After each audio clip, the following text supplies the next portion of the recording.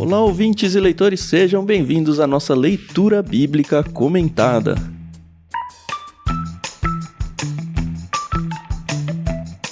Eu sou o Thiago André Monteiro, @vulgutan, estou aqui com a Carol Simão e com, não é nem um convidado, é um amigo de longa data que a gente está trazendo para cá justamente para que ele esteja aqui nesse projeto, né? A gente já tem tantas coisas feitas juntos e queria apresentar para vocês que não conhecem ainda o Paulinho De Gasperi. Ele é o podcaster cristão mais antigo do Brasil, né? Ou pelo menos o podcast mais deles. velho. Ele é missionário hoje na Espanha, junto com a sua esposa Adriana. Eles têm um projeto parceiro com a gente no nosso outro podcast, o Ictus Podcast. Então, todos os meses a gente lê e comenta um livro juntos, lá no Literário, que também aparece no podcast deles. Mas sobre o podcast deles, eu vou deixar ele mesmo falar depois de se apresentar aí. Tudo bem, Carol, primeiro, para depois o nosso convidado ter um espaço maior para falar aí. Bom dia, Carol. Bom dia, pessoal, tudo bem? Aqui é a Carol Simão e realmente é uma honra para nós podermos conversar sobre o livro mais importante da vida, né, com o Paulinho De Gasperi. Muito bom, gente. Legal demais estar aqui com vocês. O Leitura Bíblica Comentada é um projeto que eu curto demais, eu aprendo muito e me sinto privilegiado de estar aqui até com pouca roupa para isso, né? Para participar desse projeto, porque eu mais aprendo do que eu acho que posso compartilhar. Mas nós estamos aí, como dizem os cantores, os artistas, né, que vão pra TV. Estamos aí na estrada já há 25 anos, com 25 anos de site do Irmãos.com, que a gente comemorou esse ano. E o podcast já há 17 anos também, como o Tan falou, podcast antigo. O mais antigo ainda em atividade no Brasil, eu gosto de falar isso porque dá um peso, né, dá uma carteirada, não significa muita coisa, mas a gente já faz isso há muito tempo e a gente permanece aí produzindo esse conteúdo na época de gravação desse episódio com 550 episódios no ar, então a gente fica muito feliz de poder contribuir um pouquinho com o reino de Deus e passar um pouquinho do que a gente tem aprendido e compartilhar um pouquinho do conhecimento das pessoas que participam com a gente também, então a gente aprende. E quem ouve, a gente aprende também. Então, uma alegria estar aqui com vocês. Fica a super dica para você ouvinte colocar no seu escutador de podcasts aí, né? O Irmãos.com também. Eles têm muito conteúdo cristão, muita coisa sobre várias coisas, assim, sobre viagens no mundo, muito sobre missões, sobre, assim, missões em contextos culturais e coisas como a evangelização entre indígenas. Cara, é sensacional o conteúdo que eles têm lá. Então, se você não conhece ainda, vocês deviam conhecer, na verdade, eles antes de nós. Coloca aí o Irmãos.com, dá uma pesquisada aí, com certeza vai ter alguns assuntos que vão chamar a atenção de vocês. Depois vocês voltam para agradecer a indicação, tá bom? A gente tenta falar sobre temas do nosso dia, né? Do dia a dia mesmo, assim, coisa que a gente tá vivendo ou coisa que a gente tá vendo no mundo, né? Então, sempre conectados à realidade, né? E essa é a nossa intenção sempre. Todos os temas a gente pensa como a gente pode conectar isso com a realidade das pessoas que estão ouvindo, com a nossa realidade. E é nesse sentido que a gente segue. Legal. Eu acho importante dizer que o podcast Irmãos.com foi o primeiro podcast que eu ouvi na vida. Eu nem sabia o que era podcast. Aquela rádio na internet, né? Então, e assim, foi super diferente, eu gostei pra caramba, e eu lembro, até hoje, o primeiro episódio que eu assisti que foi sobre finanças, que inclusive o Tan participou e eu nem conhecia o Tan ainda. Foi o primeiro que eu gravei, eu acho, não sei. Que massa. O mundo é pequeno. Não, esse negócio de podcast é louco, eu lembro de, há muito tempo já, né, Paulinho? De vocês darem como presente para ouvintes um pendrive com todos os episódios publicados. Sim. Até então. Cara, eu achava o máximo. Todo mundo queria ter aquele pendrive. Hoje não faz nem sentido um negócio desse, né? Que coisa. Você vai fazer com isso, né? Mas tem gente que tem até hoje lá, guardadinho. Tem como memória afetiva, né? Mas a Carol tava falando, Irmãos.com foi o primeiro podcast que eu conheci. Provavelmente foi o meu primeiro, eu não tenho 100% certeza disso, mas eu tenho boa certeza disso. Mas eu acho que o que mais me chama atenção é que eu ouvia muitos podcasts que eu não ouço mais. E o Irmãos.com sempre foi ficando, sabe? Eu continuo ouvindo e continuo me deleitando muito no conteúdo. Então, assim, ele conseguiu vencer essa barreira de, cansei desse assunto, sabe? Não aconteceu isso com o Irmãos.com. E eu acho que isso é uma grande vitória. Não sei se alguém já disse isso pra vocês, mas se não disse, tô dizendo aqui. Ah, que legal, cara. Muito bom. O que às vezes a gente ouve também são os saudosistas, né? Ah, bom era o tempo tal, né? Porque a gente cria essa imagem, né, de que antigamente as coisas eram sempre melhores. Então, às vezes, eles brincam, o pessoal mais antigo do site, assim, fala, bom era o tempo do mural, né? Legal, era a nossa rede social dentro de irmãos.com, né? Então, as pessoas ficam lembrando dessas coisas, mas a gente vai evoluindo, né? A gente vai conhecendo novas coisas, a gente vai experimentando. Se a gente ficar na mesma sempre, né? A vida evolui, as pessoas evoluem, o conhecimento evolui, então acho que a gente vai caminhando e quem consegue acompanhar essa jornada vem com a gente fica muito feliz de saber disso, tá? Tanto tempo acompanhando a gente aí.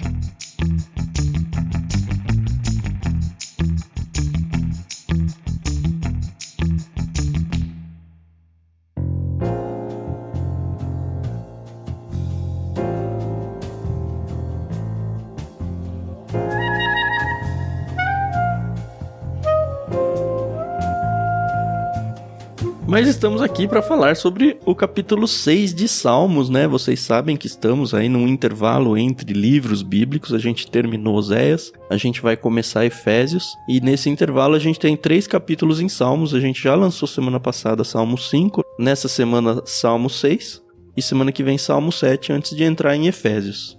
O Paulinho foi um convidado nosso para seguir aqui como co-host no episódio aqui em Salmo 6, e a gente decidiu dividir essa leitura em 3 partes. A gente vai fazer a leitura até o verso 3, depois do 4 até o 7, depois do 8 até o 10. Assim todo mundo lê um pouquinho e tenho certeza que a conversa vai ser muito boa. Como sempre, eu gostaria de agradecer a editora Mundo Cristão por emprestar pra gente a nova versão transformadora e também a Maria Lídia por emprestar pra gente a trilha sonora que a gente usa de fundo. A leitura, como eu já falei, vai ser dividida em 3 partes. A Carol vai ler a primeira, o Paulinho vai ler a segunda e eu leio a última. Muito bem, Carol, sua vez. Beleza. Então, do versos 1 ao 3. Vamos lá.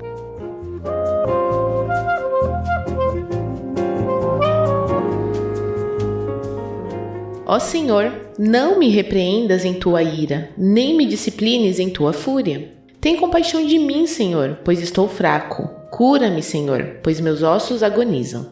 Meu coração está muito angustiado. Senhor, quando virás me restaurar?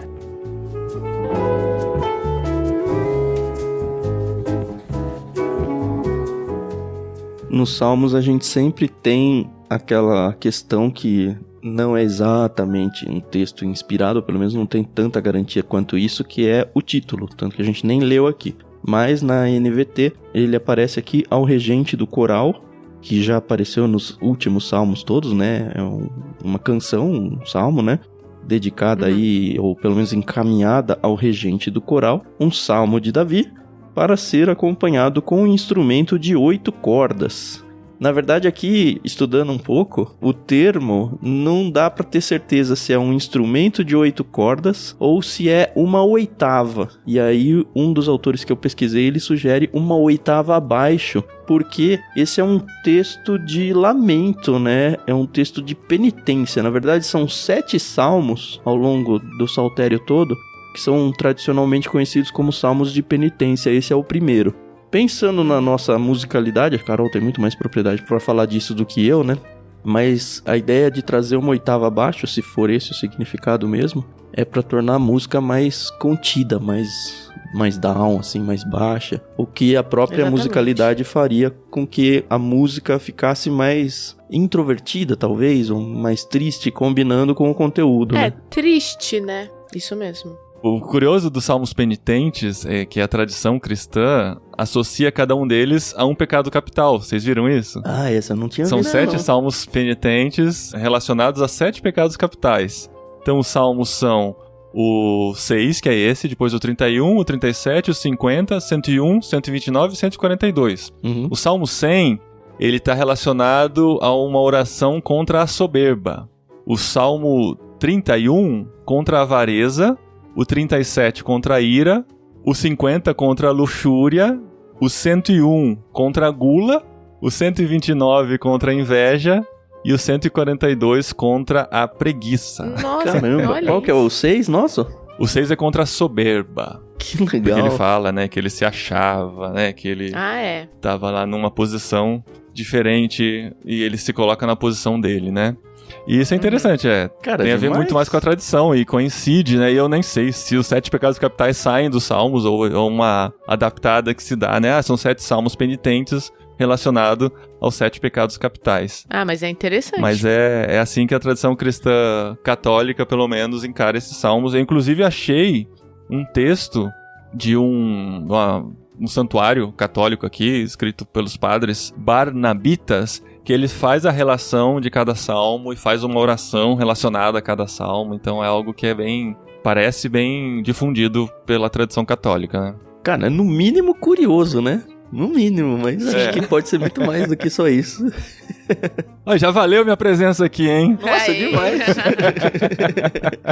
Já pode assumir já a titularidade, né?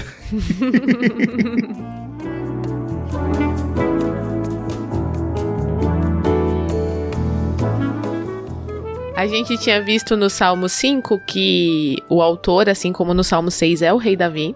E no Salmo passado a gente estava fazendo a tal da conjectura, né? Será que foi na época que ele estava sendo perseguido por Absalão, né? E aí aqui nesse Salmo eu li que pode também ter sido na época que ele estava sendo perseguido, né? Pelo próprio filho, mas esses 3 primeiros versos dizem muito em relação à saúde dele, né? Que ele estava assim, enfermo. E por isso que ele realmente pede para que Deus tenha compaixão dele, porque ele tá fraco, para Deus o curar, né? Uhum. Então, eu li que pode ter sido essas 2 questões, né? Ou a da alma ou a do corpo.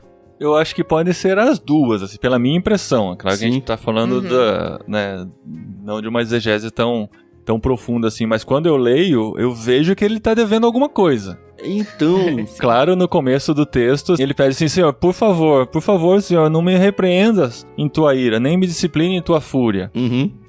Talvez ele esteja relacionando a sua saúde física ao pecado, né? E ele traz isso em outros salmos também, que a gente vê essa relação. Então, quando ele se vê doente, provavelmente ele relaciona ao pecado e fala, Senhor, tem misericórdia, me livra dessa, se compadeça de mim, porque eu estou fraco, eu não tenho nem forças pra lutar nesse momento, né? Num primeiro momento, lendo, eu tive essa mesma impressão do Paulinho. Ele tá lutando contra algum pecado. Eu nem tinha imaginado em doença. Aí quando a gente foi estudar, né, sobre isso, olhar um monte de livro por aí, vários trouxeram esse negócio da doença. Eu falei, cara, mas da onde? Aí depois, se você ler de novo, você percebe que não, tem talvez aí uma doença física envolvida, mas eu acho que a NVT, ela nem traz o termo alma aqui, né? Mas se a gente for olhar no original e nas tradições mais antigas, ela vai aparecer, não no sentido no versículo 3, né? Eu acho que aparece até em mais do que um versículo só. É quando fala meu coração aqui na NVT, né? Meu coração está muito angustiado, né? Tem a ver com a alma mesmo. É muito esse negócio do meu corpo sofre, acho que... E aí acaba surgindo a ideia da doença, né? O meu corpo sofre as consequências de algo maior. Eu acho que é muito isso, até o final do Salmo me dá mais certeza do que vai pra esse lado mesmo, né? Mas não dá pra negar que o Davi, ele tá destruído aqui, né?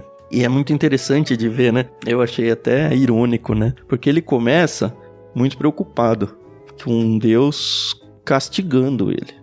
Não me repreendas em tua ira, assim, Deus está irado com ele por alguma coisa que ele não conta no Salmo, né? Não é à toa que é um Salmo penitente, né?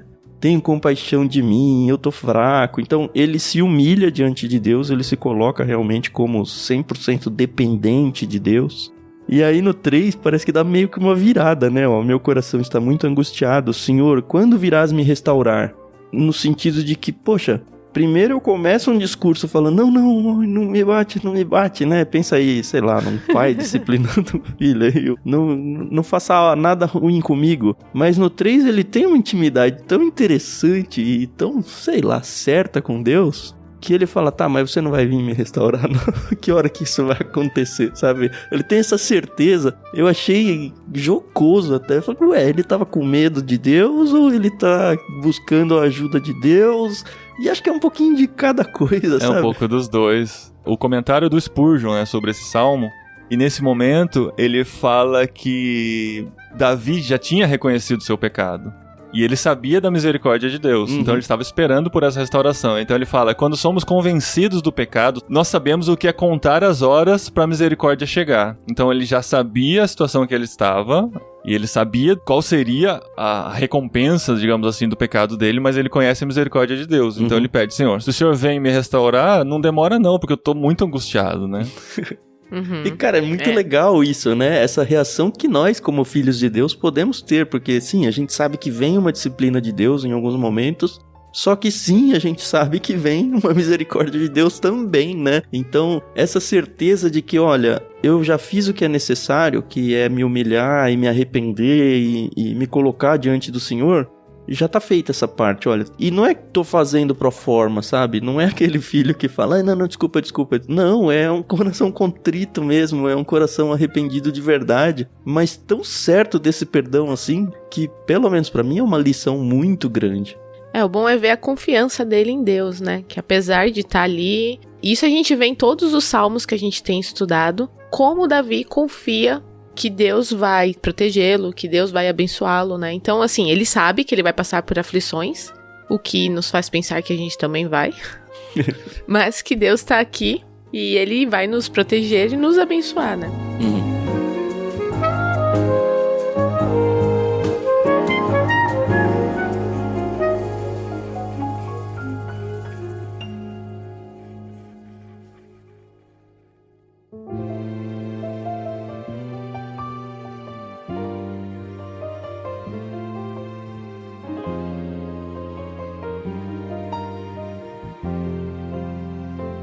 Podemos seguir? Opa! Podemos. Inclusive, o versículo 4, ele continua nesse tom, né? E eu nem lembro se era eu ou era o Paulinho que ia ler.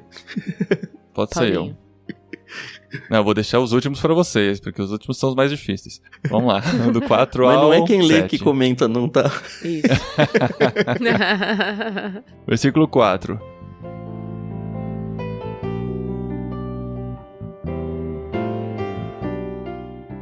Volta-te, Senhor, e livra-me. Salva-me por causa do teu amor, pois os mortos não se lembram de ti. Quem te louvará da sepultura? Estou exausto de tanto gemer. À noite inundo a cama de tanto chorar, e de lágrimas a encharco. A tristeza me embaça a vista. Meus olhos estão cansados por causa de todos os meus inimigos.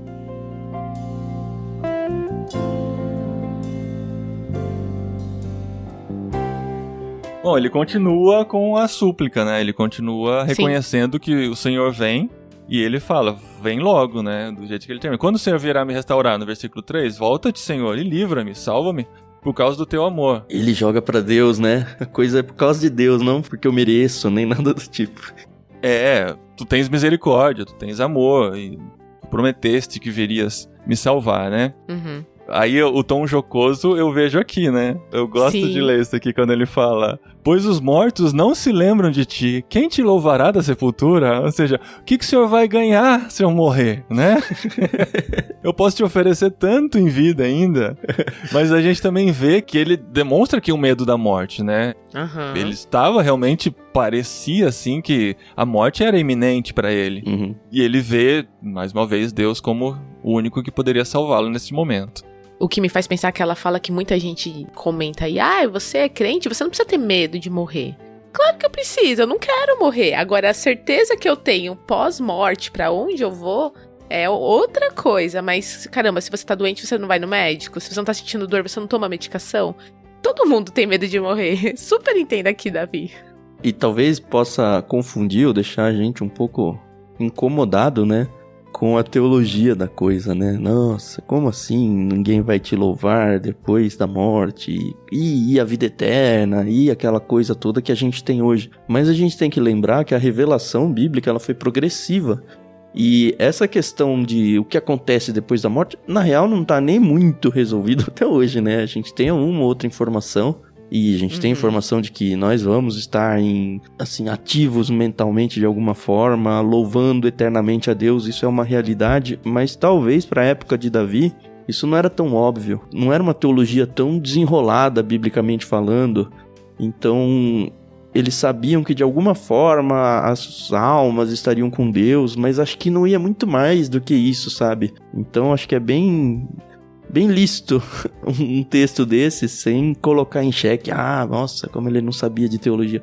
Não, só a revelação progressiva que não tinha alcançado esse tema com a profundidade que a gente tem hoje. Então, cuidado, tá? Porque a Bíblia tem dessas coisas aí. Inclusive o rei Ezequias, lá em Isaías 38:18, ele usa mais ou menos a mesma fala, né? Ele diz assim: pois os mortos não podem exaltar-te, não podem entoar louvores. Aqueles que descem a cova já não podem esperar em tua fidelidade. Então é bem isso que o Paulinho falou, né? Que essa questão da morte é porque, poxa, se eu morrer eu não posso mais te louvar, né? Então, me deixa aqui vivo.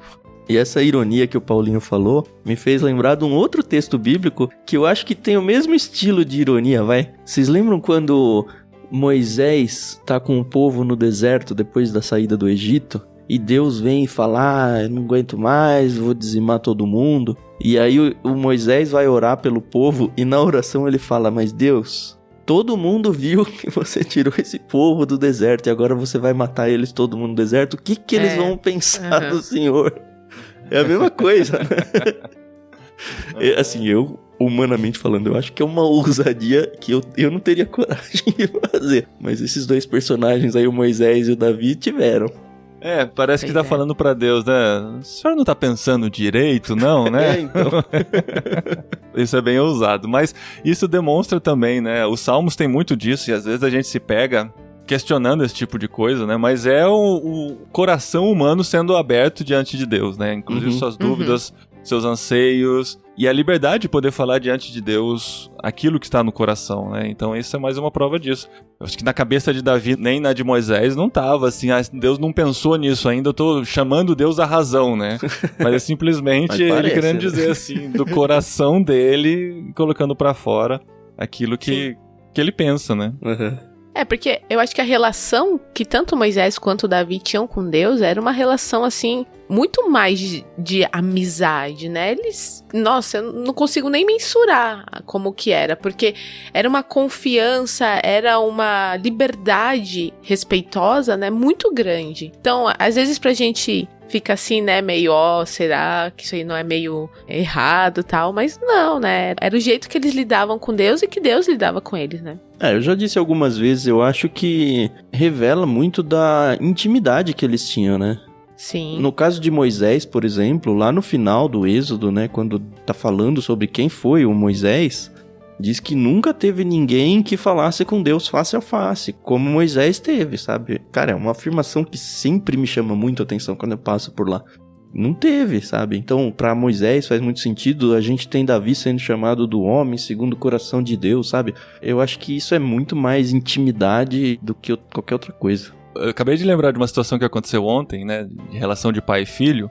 E se a gente encara Deus como pai, a gente não pode ter vergonha de fazer nenhuma pergunta pra ele, né? E ontem eu tava conversando com o meu filho mais novo e ele fazendo várias perguntas pra mim. Às vezes a gente sai caminhando e tal. Ontem, no caso, foi durante o banho, né? E eu do lado de fora do box, ele tomando banho, ele fazendo várias perguntas, assim, mas perguntas do dia a dia, coisas do dia a dia, assim, sobre... Tava perguntando como que a água esquenta, porque a água chega quente no chuveiro aqui já na Espanha e tal, né? Aí na última pergunta ele fez assim, tenho só mais uma pergunta, desculpa se eu tô te incomodando. Eu falei assim, nossa filho, você nunca vai me incomodar com uma pergunta. O que você quiser perguntar, você pode perguntar pra mim, né? Aí eu falei assim, nossa, será que por algum momento transpareci que as perguntas dele estão me incomodando, né? Aí ele perguntou outra coisa do sistema da água aqui e tal, aí eu reforcei isso, filho, nunca tenha vergonha nem medo de me fazer uma pergunta, você tem que ter essa liberdade, né?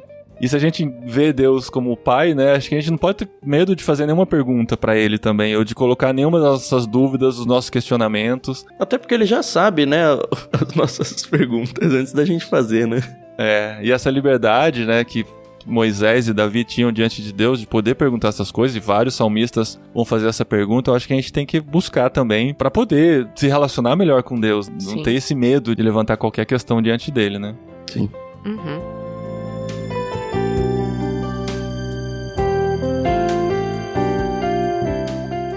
E acho que ainda nesse bloco a gente tem que destacar a questão do sofrimento de Davi, né? Chorando a noite inteira, inundo a minha cama, essas hipérboles e tal. E acho que é importante a gente dizer isso, Pra mostrar que cristão também sofre, né? E que tudo bem sofrer. Sim.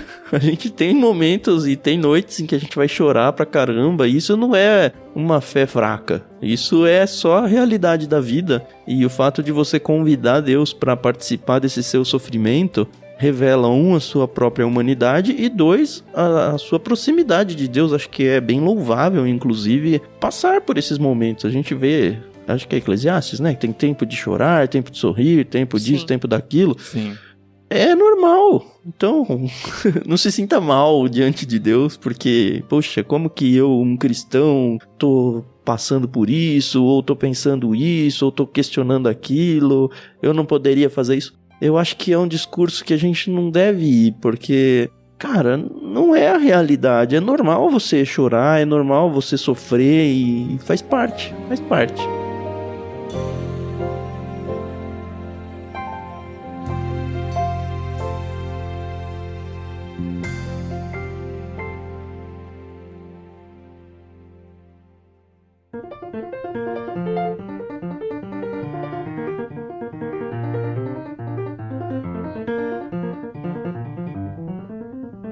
Vamos lá? Terceiro bloco, Sim. Então? Eu posso sair agora? Vocês continuam?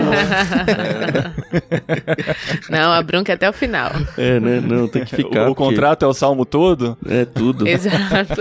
É mó pequenininho, pô. Eu sei, mas é pelo tom.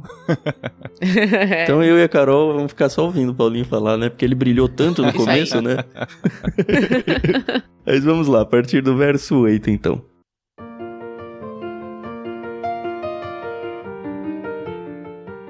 Afastem-se de mim todos vocês que praticam o mal, pois o Senhor ouviu meu pranto.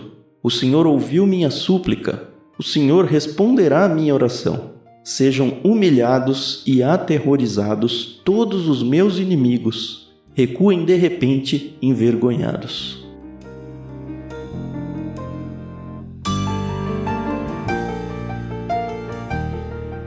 Sabor de mel, né, gente? É a inspiração.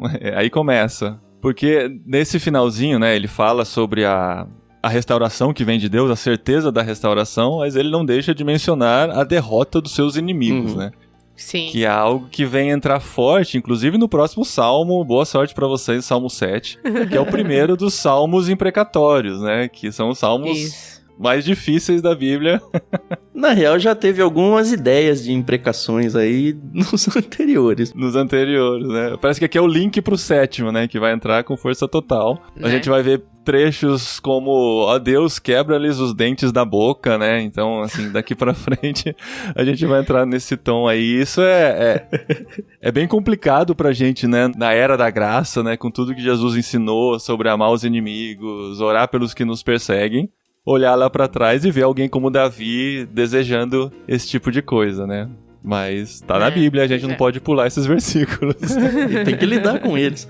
Eu acho que o primeiro destaque que a gente tem que fazer antes da gente entrar realmente no conteúdo é perceber que até agora, até o verso 7, é Davi conversando com Deus. Pensando na estrutura da língua mesmo, ó, é uma conversa. Ó Senhor, né, começa uma oração dele com Deus. Aqui muda a pessoa para quem Davi tá falando. Ele não tá mais falando com Deus. Ele meio que, ok, terminei minha conversa com Deus, que era aquela conversa quentinha de restauração e tudo. Aí ele vira meio que gritando para todo mundo, né? Vocês aí, ó, afastem-se de mim, hein? Eu tô com Deus aqui, ó, e ele tá escutando o que eu tô falando, hein? É meio que por aí. E aí ele dá a garantia, né? O Senhor ouviu a minha súplica. Vocês se lascaram, porque Deus tá do meu lado. Né? Vocês se deram mal. E agora, não só vocês estão lascados, mas ele meio que dá o tom de qual é essa lascada que essa galera vai tomar, né?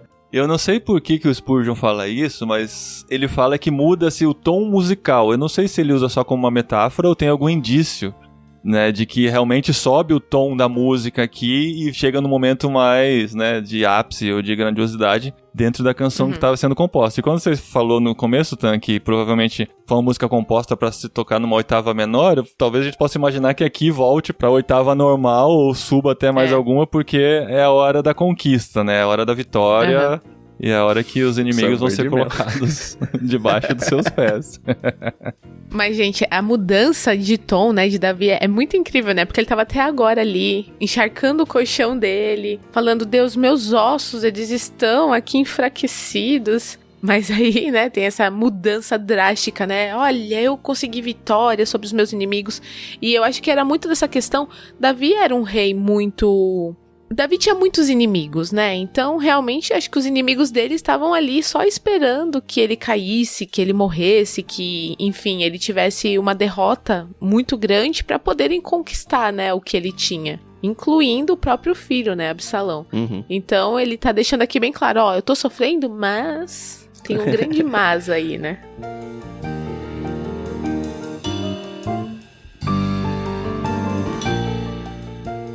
Teve um autor que eu li, Carol, ele até sugere que esse verso 8 em diante não é escrito no mesmo momento em que Davi tá escrevendo o início. Que faz Seria sentido. como se ele tivesse, sei lá, sofrendo fisicamente por algum pecado ou por alguma coisa que a gente já tenha mencionado aí. E aí, de repente, passou sei lá quanto tempo, talvez dias, onde ele foi curado dessa doença, ou seja lá o que foi que o afligiu aí. E ele ganhou um novo ânimo, sabe? As misericórdias do Senhor renovam a cada manhã. De repente ele acordou no outro dia exultante e falou, ó, passou, agora deixa eu terminar o meu salmo aqui.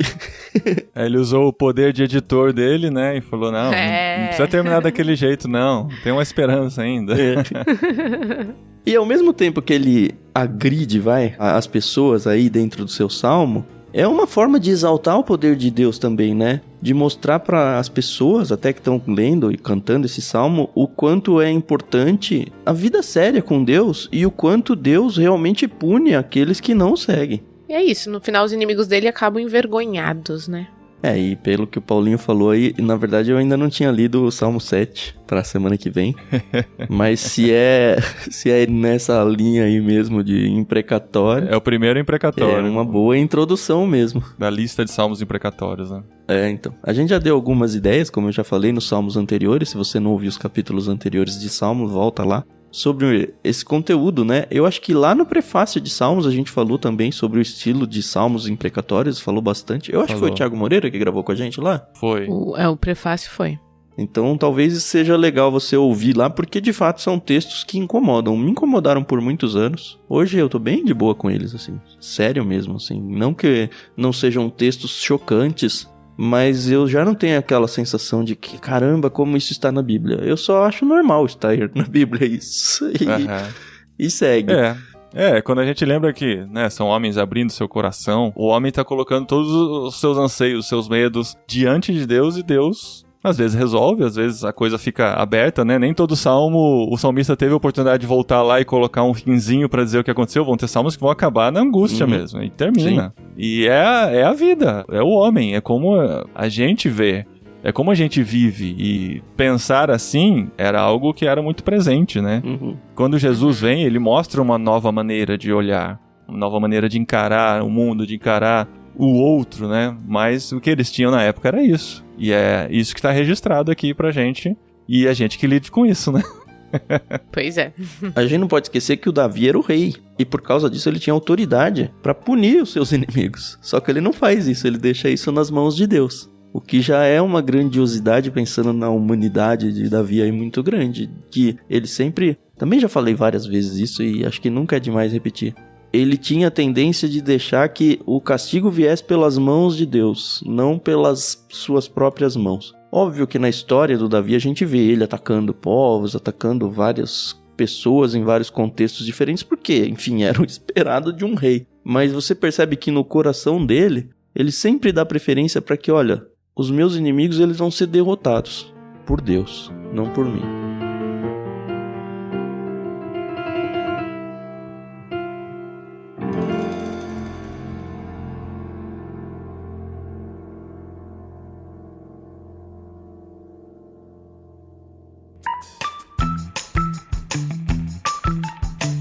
Legal, acho que foi um episódio bem gostoso. Nesse clima lá em cima. O Paulinho foi muito bem como podcast, pode seguir, né, nessa vida aí, se você quiser. Eu acho que eu tô pensando em começar um podcast. Não, mas só mostra pra gente que foi um convite certeiro. Eu já sabia, né? Mas confirmou. Um prazer, gente, de verdade, participar desse projeto. Vai durar aí muitos anos, né? Vejo sempre vocês prometendo. Vai durar muitos anos e eu faço parte desse registro histórico aqui também agora. Legal. Aê! Mas falando sério agora, para que isso dure muitos anos, a gente precisa do envolvimento de vocês, tá? Seja fazendo a divulgação para todos os contextos possíveis, porque enfim, você tá divulgando a palavra de Deus, né? Muito mais do que divulgar a nós, é divulgar aquilo que tá à frente de nós, que é a palavra de Deus, e também se envolvendo ministerialmente com a gente, né? Nós somos um projeto missionário que tá levando a palavra de Deus, seja lá para onde Deus quer que ela chegue, né? Porque a internet faz chegar em qualquer lugar do mundo. Então, se você quer se envolver com a gente financeiramente, acesse o link aí que tem na descrição do programa, onde a gente apresenta o nosso financiamento coletivo no Catarse e se envolva. A gente realmente precisa de mantenedores para que esse projeto tenha realmente essa longevidade toda que a gente espera que ele tenha. Beleza, obrigado Carol, obrigado Paulinho, obrigado ouvintes por estarem aqui com a gente, obrigado a galera do Discord que foi ouvindo, alguns passaram e foram nos deixando, outros chegaram no meio e é sempre muito gostoso essa interação que a gente tem com vocês. Semana que vem a gente volta então com o primeiro salmo imprecatório, Salmo 7. Boa sorte pra vocês. Obrigada, pessoal. É sempre um prazer. A gente se ouve no próximo episódio. Até mais. Até mais. Valeu.